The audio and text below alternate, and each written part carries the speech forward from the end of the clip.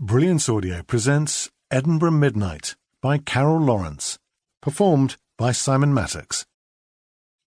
December settled over Edinburgh in the winter of 1880 with the persistence of an unwelcome houseguest.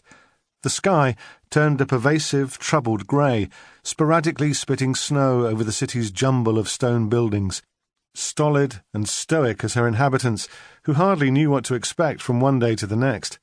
Occasionally a proper storm blew in from the west, blanketing the city in a layer of cottony snow, soft as sugar. But even that rarely lasted. No sooner would a hastily erected snowman spring up in St. Andrew's Square than the mercury would rise overnight. The next day would find him a sad, dripping remnant with lopsided coal eyes, a tartan scarf dangling from his rapidly melting form. Even the festivities of the Christmas season provided little relief from the bleak weather, the holiday having been effectively banned in Scotland in 1640 as a popish festival. The citizens of Edinburgh continued to decorate their homes with evergreens, holly and candles in the windows, but it was not an official holiday, and did not feature the gift-giving, carolling and feasting enjoyed by the English. The Scots were forced to wait for Hogmanay, or New Year, which they often started celebrating a week beforehand to make up for the lack of a proper Christmas. And so, on a particularly dreary December morning, Detective Inspector Ian Hamilton slogged his way through the remnants of a half-hearted snowfall already melting underfoot, making the cobblestones slick and treacherous, dripping from eaves in slow, steady droplets like the inexorable ticking of a clock, as the old year wound down to its inevitable end. His destination was the High Street police station, along a route he'd trudged more times than he could count in the past 7 years. Passing an omnibus full of sleepy office workers on George IV Bridge, he turned right onto the High Street, past St. Giles and the Mercat Cross, the royal unicorn looking cold, perched high atop the pedestal.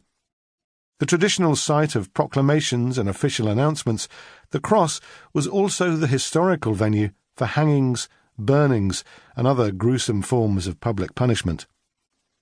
The sky was threatening more punishment of its own as Ian reached police chambers at 192 High Street.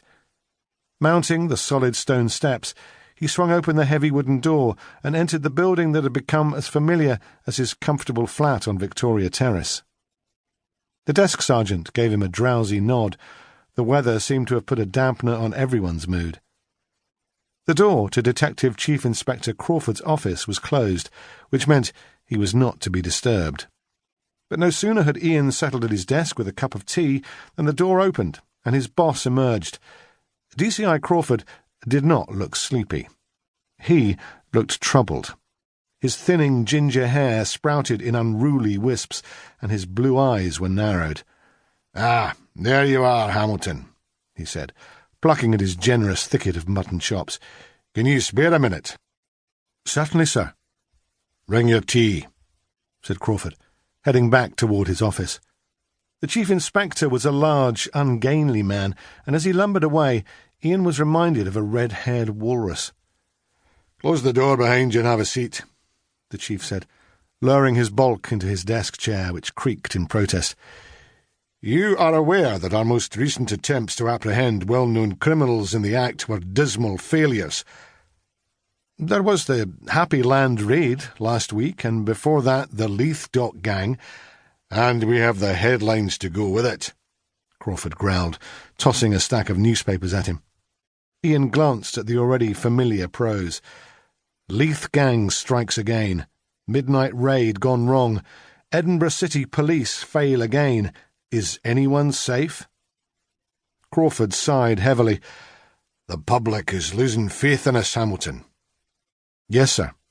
"And the criminals are growing bolder. The question is," Crawford said, with a wave of his fleshy hand, "why they were such a disaster." "I've been wondering that myself, sir." The chief tugged at his ginger mutton chops. "It seems to me our usual sources have suddenly become unreliable." "But why now?" "Precisely my question. Have any of your sources changed recently?" "No." "Still working with that little street urchin?" "I am, and he has proven quite reliable. No doubt you reward him well enough, Crawford said, frowning. I do indeed. Crawford grunted. Rummaging through his desk drawer, he pulled out a piece of paper. Here's a list of our known informants. I'd like you to check out each one of them for reliability. That's quite an assignment, sir. Which is why I picked you, Hamilton. You should be flattered.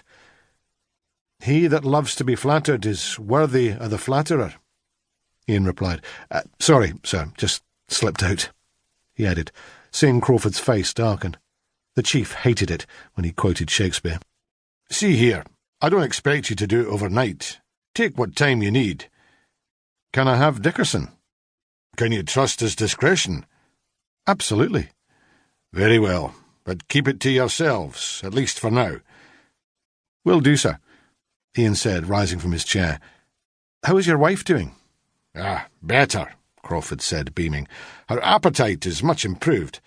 That Dr. Bell really is quite the genius. Sees things other people don't. Please thank your brother for intervening on my behalf. I will, sir, Ian said, and left the office.